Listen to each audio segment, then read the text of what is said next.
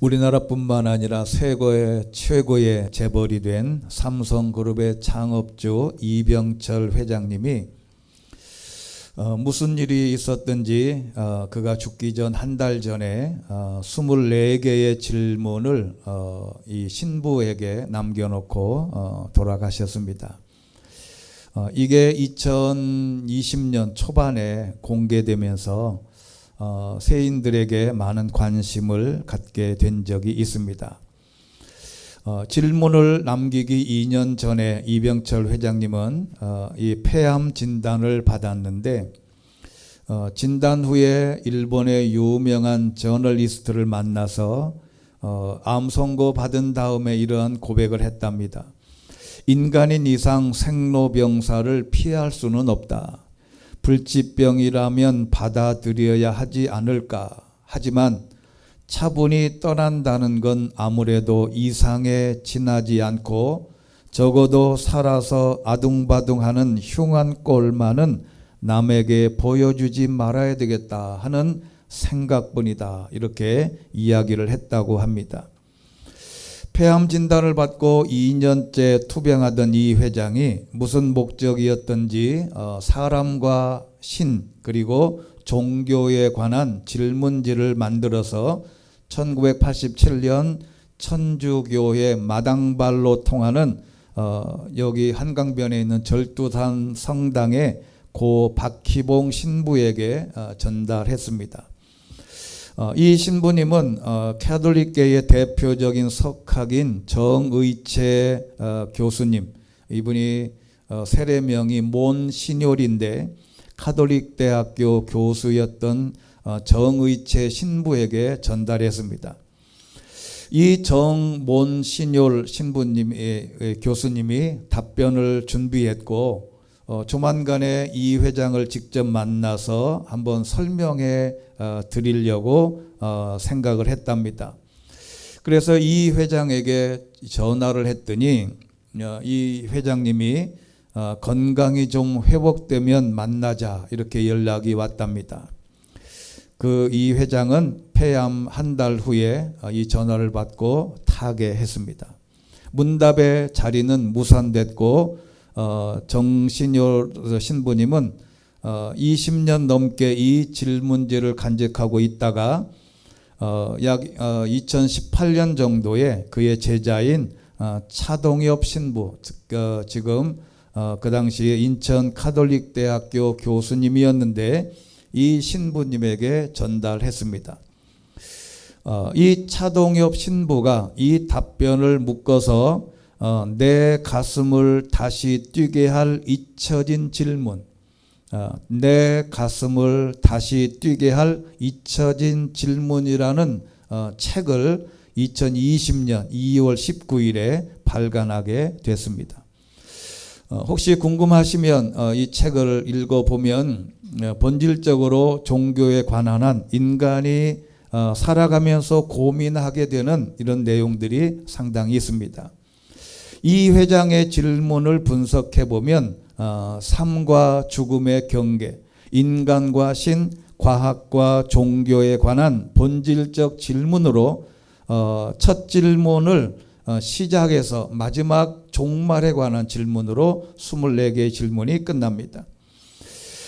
이 고 이병철 회장이 던진 질문 중에 특히 주목을 끄는 것은 대한민국의 최고의 부자, 세계적으로 알려진 이 삼성 기업을 이룬 그 사람도 죽음 앞에서는 결국 나약한 인간으로서 실존적이고 또 근원적인 문제를 고민했다는 점이 가슴에 와 닿습니다. 또한 한 개인이 처절한 자기 성찰에서 나온 의문뿐 아니라 세상의 모든 인간들의 의문이고 어쩌면 자기 삶에 대한 자문일 수 있는데 첫 질문을 이렇게 시작합니다. 첫째, 하나님의 존재, 여기는 하나님이라고 하지 않고 한문으로 신이라고 썼습니다. 신의 존재를 어떻게 증명할 수 있나? 신은 왜 자신의 존재를 똑똑히 드러내 보이지 않는가? 이 질문은 사람이라면 인간의 본질적인 질문입니다. 하나님의 존재를 어떻게 증명할 수 있고 하나님은 왜 자신의 존재를 사람에게 보이지 않느냐? 왜 하나님이 계시기는 하는 건가? 계시면 어디 계신가? 하나님은 왜 볼 수가 없을까? 하는 질문입니다. 이 질문을 차동엽 신부가 이렇게 그 다음에 질문에 대한 답을 간단하게 설명했습니다. 덧붙여 설명하면 우리 눈에는 공기가 보이지 않는다. 그러나 공기는 있다. 소리도 마찬가지다. 인간이 감지할 수 있는, 알아들을 수 있는 소리의 영역이 정해져 있다. 여러분, 우리의 귀가 만약에 가청 영역이 가장 밑에 음과 고음은 다 차단되어 있습니다. 여러분, 지금 이 지구가 돌아가는 이 소리는 정말로 이 세상에서 들어보지 못한 엄청난 굉음을 내면서 이 지구가 지금 돌아가고 있는데 우리 귀에는 하나도 들리지 않습니다. 소리도 마찬가지입니다. 그리고 가청 영역 밖에 소리의 음파가 있는데 낮은 주파수는 못 알아듣고 높은 주파수도 못 알아듣습니다. 소리를 못 듣는 것은 인간의 한계이지, 인간의 문제이지 하나님의 신의 문제가 아니라는 겁니다. 좀 더 구체적으로 말하면 가령 개미와 토끼, 코끼리를 비교합니다. 개미는 2차원적인 존재입니다. 작고 바닥을 기어다니는 개미에게는 평면만 존재합니다. 그리고 입체도 개미에게는 평면이 되는데 그런 개미가 코끼리의 몸을 기어다닌다 치면 개미는 코끼리의 몸을 느낄 수는 있으나 코끼리의 실체를 파악하지는 못합니다. 왜 그런가 하면 개미의 인식한 능력에 한계가 있기 때문에 도저히 이거는 불가능하다는 겁니다. 그게 코끼리가 없기 때문이 아니라는 거지요. 결국 개미는 코끼리를 모르는 건가? 아닙니다. 인식을 못하는 것뿐이지요. 개미는 코끼리를 느낍니다. 코끼리의 부위에 따라 다른 질감을 느끼고 신과 인간의 관계도 비슷합니다.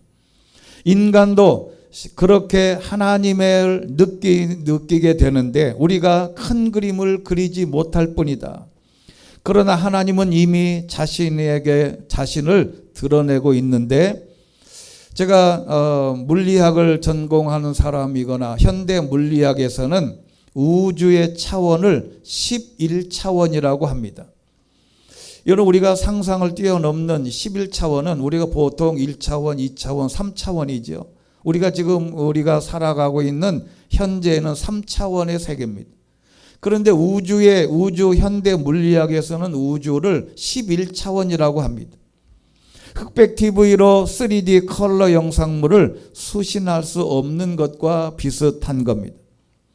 이걸 종합해 보면 인간이 우리의 눈으로 볼 수 있는 것은 우주 만물의 1조분의 1, 아니 천조분의 1, 아니 천경분의 1도 안 된다는 겁니다. 여러분, 우리가 저 끝에서 100억 광년 끝에서 빛이 오고 있는데 그 빛은 100억 년 전에 출발한 빛이에요.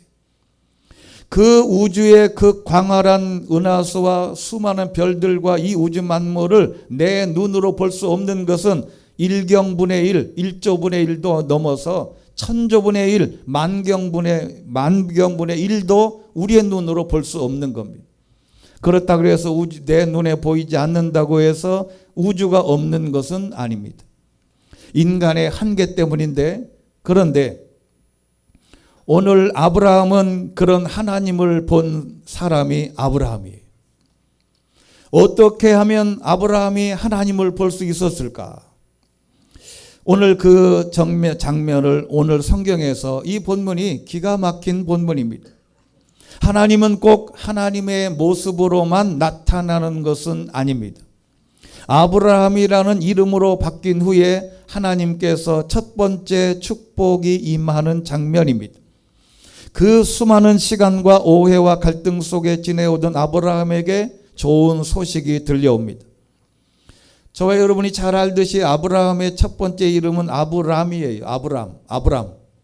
이 아브라함은 자기의 아버지가 지어준 이름인데 이 아브라함이라는 뜻은 고귀한 아버지, 한 사람의 한 가족의 아버지라는 뜻이에요. 근데 아브라함은 민족의 아버지, 어떤 한 족속의 아버지가 된다는 뜻입니다. 한 가정의 아버지가 족속의 아버지가 되는 것이죠.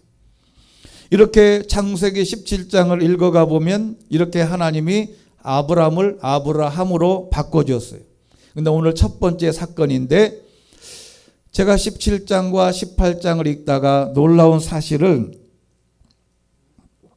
발견하게 됩니다. 자, 17장에서 100세 된 아브라함에게 아들을 주신다고 합니다. 사라는 90세인데 아들을 주신다고 합니다.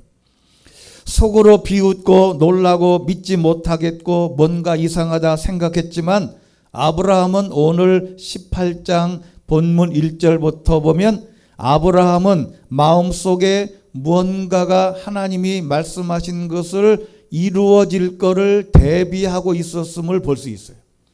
이게 굉장히 중요한 겁니다. 자, 우리가 하나님 앞에 기도했어요. 하나님의 놀라운 축복과 은혜를 기대합니다. 하나님이 너희들에게 복을 줄 거다. 하나님의 선포된 말씀을 우리가 들어요. 그런데 거기서 끝나는 게 아니고, 하나님이 그렇게 약속하셨으면 내 환경을 주의 깊게 살펴보고 상황을 살펴보고, 하나님은 약속을 지키시는 분인데 언제 이루실까 살피고 찾고 준비하고 있었다는 거예요. 여러분, 이렇게 준비하고 있는 아브라함에게 어느 날 갑자기 세 사람이 자기 집에 이상하게 나그네로 지나가는 사람을 딱 보는 순간, 이 사람이 나에게 복을 줄 거라는 사실을 본능적으로 알았다는 거예요. 이게 굉장히 중요합니다. 자, 그래서 첫 번째, 하나님의 축복은 어디서부터 오는지 아무도 모른다. 하나님의 축복은 어디서부터 누구에게 오는지 아무도 모릅니다. 하나님의 축복은 거창하고 놀라운 것으로부터 출발하지 않습니다. 믿음의 시작은 거창한 것이 아니에요. 사소한 것으로부터 출발합니다. 축복의 시작은 어디서부터 시작될지 아무도 모릅니다.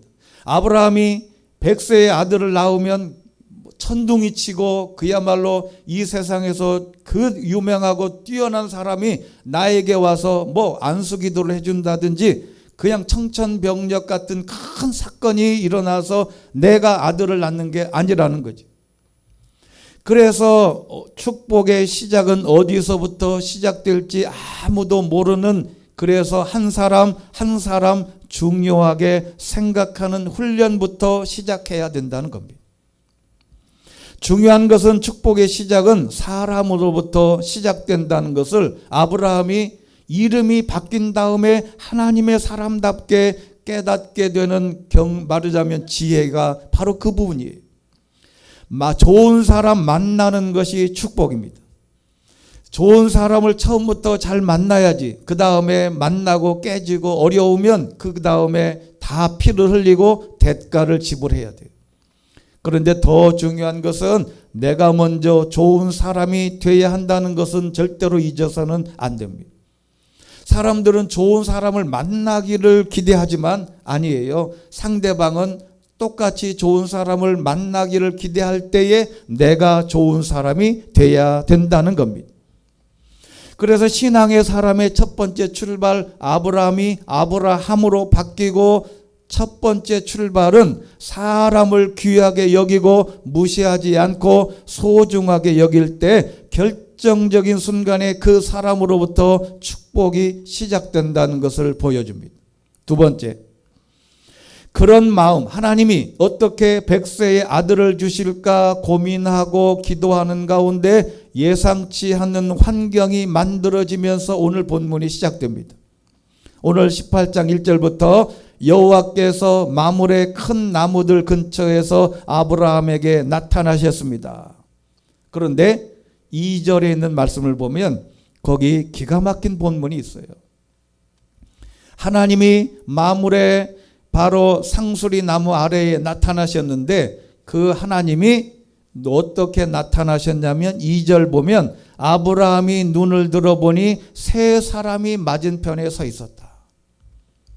하나님이 나타나셨는데 아브라함의 눈에는 어떻게 보였다고요? 사람으로 보였다는 겁니다. 마므레 상수리 숲을 근처에서 하나님이 사람의 모습으로 나타나셨는데 2절에 있는 말씀은 아브라함이 그 사람이 하나님이 세 사람으로 보였다는 것은 하나님이 두 사람을 데리고 나타나셨는지 세 천사의 몸 가운데 한 분으로 나타나셨는지에 대해서는 본문에서는 미결입니다. 그러나 교부들은 나그네가 셋이라는 점에 삼위일체 하나님의 비밀이 암시되어 있다고 해석했습니다. 이렇게 나타난 것은 나그네였습니다. 자, 여러분, 우리 집에 누군가가 들어올 때 고귀한 말하자면 진분이 높고 아주 유명한 사람이 나한테 와서 복을 준다 그러면야 얼마나 금방 인정하죠. 그런데 오늘에 있는 등장하는 이 세 사람의 사람은 나그네였습니다. 여러분, 성경에는 손님이라고 표현한 구절이 있는데 아니에요. 나그네입니다. 우연히 지나가는 사람이에요. 보통 우리가 길거리에서 만나는 모든 사람입니다. 그런데 아브라함은 바로 그 사람, 그 나그네가 자기 집 앞에 온 것을 말하는데 어떻게 했냐면 세 번째는 죄송하지만 한번 따라해 보겠습니다. 믿음의 사람은 하나님의 사람, 축복의 사람을 알아보는 눈이 생긴다. 축복의 사람을 알아보는 눈이 생깁니다. 이게 비밀이에요. 사람이 사람 보는 눈을 갖는다는 것은 정말 복된 일입니다. 앞에 말씀드린 대로 이병철 회장은 기업이 좀 작을 때 입사 시험을 볼 때 입사 시험을 볼 때 꼭 마지막 면접은 본인이 했다 그래요. 거기에 자기가 늘 가서 상담하는 좀 죄송한 표현이지만 점술가 비슷한 사람을 관상가를 데려다가 옆에 놓고 면접을 봤어요. 아무리 점수가 높고 훌륭해도 이 점술가 관상가가 아니면 안 뽑았어요. 여러분, 아무리 큰 기업을 이루어도 자기 눈으로 사람을 판단할 수 있는 능력이 없는 겁니다. 사람을 보는 눈, 저 사람이 진실된 사람인가, 정직한 사람인가, 진짜인가, 가짜인가 구분할 수 있는 눈은 신앙의 사람에게 보인다는 거죠. 여러분, 선거가 코앞인데 이런 결정에도 해당됩니다. 믿음의 사람은 믿음의 눈을 가집니다. 감정에 이끌리지 않습니다. 자기 유익과 관련시키지 않아요. 아브라함은 그 눈을 갖고 하나님의 사람을 놓치지 않았어요.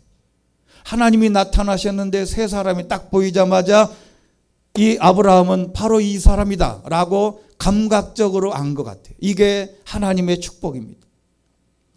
여러분, 며느리를 보든 사위를 보든 모든 인생사 모든 사람을 만나서 대화하고 저 사람과 교제하고 인생을 살 건가 말 건가 고민할 때 진짜 이 사람을 판단할 수 있는 힘을, 눈을 갖는 게 하나님의 사람의 특징이라는 겁니다. 늘 말씀드린 적이 있는데요. 주일학교 때 들었던 동화가, 이런 동화가 있습니다. 주일학교 학생이 늘 교회 오는데 예수님은 안 보이고 하나님도 안 보이고, 그래서 이 학생이 예수님을 좀 보고 싶어. 간절히 예수님 내가 좀 한 번만 보고 주겠다. 얼마나 간절했든지 이 아이에게 하나님이 꿈에 나타나셨어요. 야, 너 하나님 보고 싶냐? 그래. 예수님이 너 나 보고 싶냐? 그랬더니 예, 보고 싶어요, 예수님. 그럼 내일 내가 니들 집에 갈게. 그래. 아침에 일어나서 이 꼬마 아이가 얼마나 좋겠어요. 내가 꿈에 그렇게 그리던 예수님이 꿈에 나타나셔서 오늘 오신다는데 아침에 일찍 일어나서 청소도 하고 하여튼 뭐 부지런히 자기 나름대로 과자를 사왔든지 뭐 부지런히 음식을 준비했어요. 그렇게 하루 종일 기다리도 오지 않던데 저녁 서양의 해가 뉘엿뉘엿 넘어갈 해걸음쯤에 웬 거렁뱅이가 왔습니다. 이 애가 너무 기분이 나쁜 거예요. 다른 것도 아니고, 아니면 우리 마당을 오랜만에 내가 쓸어놨는데 청소해놓고 나니까 예수님은 오지 않고 거지만 왔다 갔다 하고 너무 실망한 거예요. 그렇게 지쳐서 잠에 들었는데 꿈에 예수님이 또 나타나셨어요. 예수님에게 따졌습니다. 예수님, 어젯밤 꿈에 오신다 그래 놓고 왜 안 오셨습니다? 내 하루 종일 눈 빠지는 줄 알았다고. 근데 예수님이 뭐라 그랬게요? 내가 어제 너희 집에 갔다. 그게 거지가 예수님이셨다는 동화입니다. 이게 뭘 가리키는 줄 우리는 알지요? 거지가 하나님이라는 것을 보여주는, 즉 사람을 대하는 방법에 대해서 알려주는 동화입니다. 요즘 식당에 가서 옷을 허름하게 입고 혼자서 밥 먹는 혼밥하는 아저씨들 조심하랍니다. 왜? 그 사람이 진짜 부자인 거예요. 여러분, 겉모습을 보고 사람을 평가하지 말라는 거예요. 아무리 겉모습이 초라하고 겉모습이 할머니고 도대체 보잘것없는 그 사람도 알고 보면 이 사람이 큰 사람이에요. 제가 언젠가 한번 말씀드린 적이 있어요. 이문동교회 부목사 할 때 얼마나 작은 할머니 한 분이 교회 사무실 문을 열까 말까 하다가 쭈뼛쭈뼛 들어오시더니 이렇게 얘기하는 거예요. 목사님,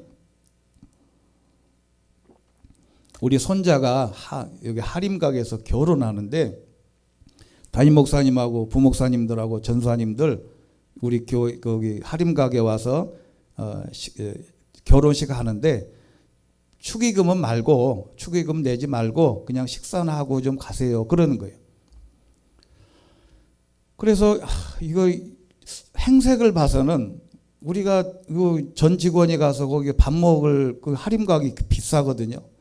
근데 갈 형편이 안 된 것 같은데, 그래서 제가 담임 목사님한테 얘기를 했더니 거기는 꼭 가야 된다는 거예요.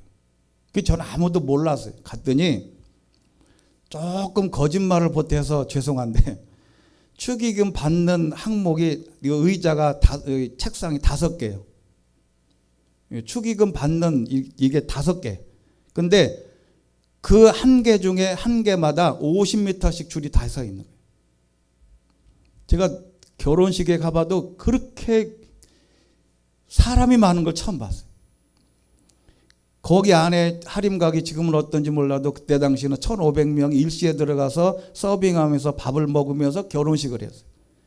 1,500명이 꽉 차 있는데 저희들 그 할머니 교회 목사님들이라고 맨 앞좌석에 가장 좋은 중앙에 테이블을 마련해 놓고 거기서 식사 접대를 하는데 제가 깜짝 놀랐어요.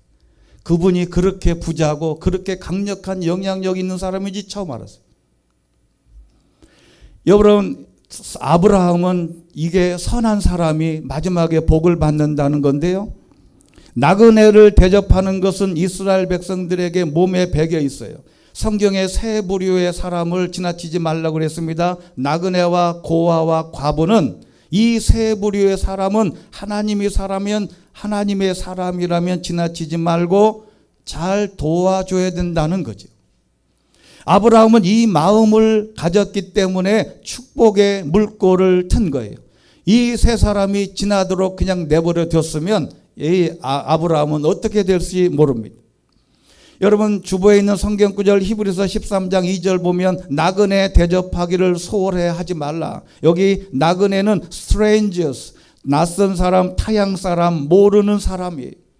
이렇게 모르는 사람 3명이 3절부터 보면 이렇게 이야기합니다. 주의 은총을 입었다면 주의 종을 그냥 지나쳐 가지 마십시오. 물을 조금 가져다가 발을 씻으시고 이 나무에서 좀 쉬라. 5절 보면 빵을 조금 갖다 드릴 테니 기운을 차리고 먼 길을 다시 가라. 아브라함이 얼른 들어가서 사라에게 말합니다. 반죽해서 빵을 만들어라. 자기의 가축 중에 가장 살찌고 좋은 송아지를 잡아서 하인에게 주어서 이 음식을 만들어라. 그래서 아브라함이 버터와 우유와 하인이 요리한 송아지 요리를 다 주고 드시고 있는 중간에 8절의 끝에 있는 본문입니다. 이 본문이 그 기가 막힌 본문인데요. 그들 가까이에 있는 나무 아래 아브라함은 서 있었습니다. 이렇게 해서 네 번째 대접하였더니 이가 바로 하나님이었다는 것입니다. 오늘 천사들이었습니다. 여러분, 축복은 공짜가 없습니다. 여러분, 기독교인들이 한 가지 우리가 생각을 해보면, 기독교인들이 내가 기도만 하면 이루어진다고 생각해요? 아닙니다. 기도하고 두드리고 문을 두드리고 찾고 열심히 노력도 해야 됩니다. 기도하면 그냥 축복이 오는 게 아니에요. 여러분, 오늘에 있는 말씀 보면 축복은 공짜가 아닙니다. 있는 음식 잔뜩 먹고 그 다음에 사라에게 축복했어요. 여러분, 성경에도 이삭이 야곱을 축복할 때도 에서를 먼저 축복하려고 나에게 음식을 가져와라 했을 때 에서가 사냥 가 있는 동안에 야곱이 어머니의 도움을 받아서 음식을 먹고 축복을 했어요. 이 모든 이야기는 뭐냐면 아브라함이 복을 받은 것은 은혜이긴 한데 분명한 축복의 대가는 공짜가 없다는 겁니다. 이렇게 이야기를 하면서 다섯 번째 그 이유를 사도 바울이 이렇게 설명합니다. 오늘 주보에 있는 성경 구절 두 번째 로마서 4장 17절 이하에 보면 아브라함이 어떻게 이런 놀라운 사라에게 아브라함에게 하나님께서 아들을 주시는 복을 받았을까? 이 단어의 뜻을 4장 17절 보면 죽은 사람을 살리시며 없는 것을 있게 하는 있는 것 같이 부르시는 하나님. 18절 바랄 수 없는 중에 소망이 없는 가운데서도 소망을 갖고 믿었습니다. 출발은 내 안에 믿음, 신뢰부터 시작하는데 가장 중요한 내용 19절에 있는 말씀을 보면 이렇게 되어 있습니다. 아브라함은 100세나 돼 이미 자기 몸이 죽은 것 같고 사라의 태가 죽은 것 같음을 알고도 믿음이 약해지지 않았습니다. 우리의 믿음이 어떨 때는 세다가 어떨 때는 약해지는데 어떠한 환경에 와도 믿음이 약해지지 않았다. 죽은 것 같고 모든 상황이 끝난 것 같고 이제는 끝이다, 죽었다, 소망이 없다, 모든 것이 종결됐다. 그럼에도 불구하고 믿음으로 다시 시작할 수 있는 것은 바로 이 믿음이 필요하다. 21절 보면 이것을 그의 의로 여겼다. 의는 디카이오 슈네라고 하는 헬라어인데 하나님이 받으실 만한 조건이 됩니다. 그런데 중요한 게 있습니다. 23절 보면, 자, 여러분 23절과 24절을 사도 바울이 말씀하려고 아브라함을 예로 들은 거예요. 23절 그에게 의로 여겨졌다는 말은 아브라함만을 위해 기록된 것이 아니라 24절 의롭다는 인정을 받은 우리 곧 우리 주 예수를 죽은 사람 가운데 살리신 분을 믿는 우리도 위한 것입니다. 아브라함이 아무리 믿음이 좋으면 뭐해요? 성경에 있는 아브라함과 이삭과 야곱이 아무리 믿음이 좋으면 뭐합니다? 욥이 아무리 믿음이 좋으면 뭐해요? 다윗이 아무리 믿음이 좋으면 뭐합니까? 문제는 우리입니다. 이렇게 된 것은 우리도 위한 것이다. 즉 성경은 성경대로 존재하는 것이 아닙니다. 그 성경에 있는 말씀, 그 스토리, 사람들의 행위 모든 것이 나와 관련되어 있다는 것을 깨닫는 것이 중요합니다. 나와 관련된 게 아브라함이 그 모든 상황에도 불구하고 그것을 믿음으로 사라에게 아들을 얻었듯이 바로 우리도 그렇다. 그랬더니 여섯 번째 이때 사라가 웃었습니다. 여기 웃었다는 말은 경멸하며 웃다라는 뜻이에요. 겉으로는 못하고 속으로 웃었습니다. 그랬더니 밖에서 네 아내 사라가 지금 웃고 있다 그랬더니 나중에 이 사라가 와서 이 나그네들한테 뭐라 그러냐면 내가 안 웃었습니다. 그런 게 속으로 웃었다 이 말이에요. 그런데 사람들은 믿음의 행위를 보고 믿음의 사람들을 보고 웃긴다고 할 때가 있습니다. 저거 기도한다고 될까? 아니야. 저거 기도한다고 될 문제가 아닌데, 저거 교회 가서 저렇게 예배 드린다고 해결될 문제가 아닌데 조롱합니다. 믿음이 없어서 그래요. 그래서 결론은 뭐냐면 7절 7번째는 우리도 이 시간 기도의 제목, 삶의 목표, 믿음의 근본적인 것은 바로 바랄 수 없는 상황이 와도 믿음을 저버리지 말고 기도하고 믿음을 가져라. 이것이 바로 의의가 되는데, 의의는 하나님이 받으실 만한 조건이 된다는 겁니다. 세 번째 성경 구절 창세기 21장 6절 사라가 말했습니다. 하나님께서 나로 웃게 하시니 이 소식을 듣는 사람이 다 나와 함께 웃을 것이다. 할렐루야. 여러분을 웃게 하시면 여러분이 웃게 되는 그 환경, 상황, 모든 결과물이 그 소식을 듣는 많은 사람들이 함께 웃게 되시기를 주의 이름으로 축원합니다. 그래서 웃음이라고 아들을 지은 거예요. 원래의 히브리어 본래의 발음은 이츠하크입니다. 이츠하크. 이 사라가 웃었다고 하는 표현하고 똑같습니다. 이츠하크, 이삭이. 시편 126편 2절에 있는 말씀 보면 하나님의 놀라운 웃음은 상상을 초월한 축복의 결과인데 우리 입에는 웃음이 가득하고 우리 혀에는 노래가 가득했다. 여러분, 이스라엘 백성들이 바벨론 포로로 잡혀가서 해방되어 나올 때 우리 입에는 웃음이 가득하고, 이 곤고한 인생에 사라가 웃었듯이, 아브라함이 웃었듯이, 그 아들 이름을 이삭 웃음이라고 했듯이 우리 삶에도 이런 웃음이 가득하게 되시기를 주의 이름으로 축원합니다. 여러분, 이것을 믿는 자들에게, 아브라함에게 그 기적과 같은 놀라운 축복이 나와 관련되어 있다는 것을 믿음으로 고백하는 순간 저와 여러분도 웃게 될 수 있을 겁니다. 여러분, 발걸음은 언제나라고 하는 가스펠송이 있습니다. 1절은 이렇게 우리가 잘 알지만 3절 보면 이런 가사가 있어요. 눈을 감고 조용히 생각을 해보니. 여러분, 눈을 감고 조용히 생각을 해보세요. 내 인생에 살아온 모든 일을 생각을 안 해. 생각을 좀 해보시라는 거예요. 지금까지 살아온 길 주님이 인도했네. 외면하지 않으시는 우리 주님 때문에 눈물로 살아온 길 웃음으로 변했네.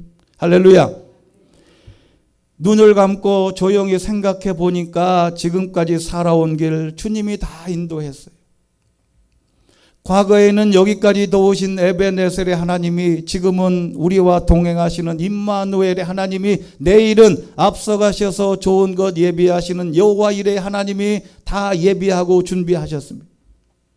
외면하지 않으시는 우리 주님 때문에 눈물로 살아온 길 웃음으로 변했네. 아무리 눈물로 살아온 길이어도 결국에는 웃음으로 변하게 될 줄로 믿습니다. 여러분은 결국에는 웃게 될 겁니다. 하나님은 결국에는 웃게 하실 겁니다. 지금은 힘들고 어렵고 이해가 되지 않는 여러 가지 일들을 만나고 내가 기도하는 제목, 기도하는 모든 것들이 도저히 상상할 수 없는 것들이어도 결국에는 하나님은 우리를 웃게 하실 겁니다. 결국에는 아브라함을 웃게 하고 이삭을 웃게 하고 그 다음에 사라를 웃게 하고 그 소식을 듣는 모든 사람들을 반드시 결국에는 웃게 하실 겁니다. 하나님이 결국에는 저와 여러분, 우리 은평 온누리교회 성도들, 그리고 모든 자녀들, 모든 순간순간마다 하나님은 결국에 웃게 하실 겁니다. 그 웃게 하시는 하나님을 믿음으로 고백하는 자가 아브라함이 누렸고 사라가 웃었던 그 웃음이 내 입으로 전달되고 내가 웃으면 내 주변에 있는 모든 사람들도 나를 보고 웃게 되는 날들이 반드시 오게 될 것입니다. 하나님은 결국 웃게 하실 겁니다. 이 아브라함의 믿음을 소유하시게 되기를 주의 이름으로 축원합니다. 전능하시고 자비로우신 하나님 아버지, 아브라함이 하나님의 약속을 받고 우연히 지나가던 세 사람의 나그네를 대접하고 그들을 통하여 하나님을 만나고 하나님의 약속된 축복을 받아 사라가 웃고 아브라함이 웃고 이스라엘 백성들이 웃고 그 웃는 사라를 보고 주변에 있는 많은 사람들이 웃게 되는 기적을 맛보게 됐습니다. 우리도 이 시간 그 아브라함의 믿음을 나의 믿음으로 삼아 나도 웃게 하시고 내 생애에 하나님이 주시는 축복과 은혜로 결국에는 웃게 되는 놀라운 축복을 더하여 주시옵소서. 하나님은 결국 웃게 하실 것이다. 하나님은 결국 웃게 하실 것이다. 우리의 삶에 하나님이 주신 축복으로 웃음이 가득한 주의 백성들의 삶이 될 수 있도록 축복하여 주시옵소서. 예수 그리스도 이름으로 기도드리옵나이다. 아멘.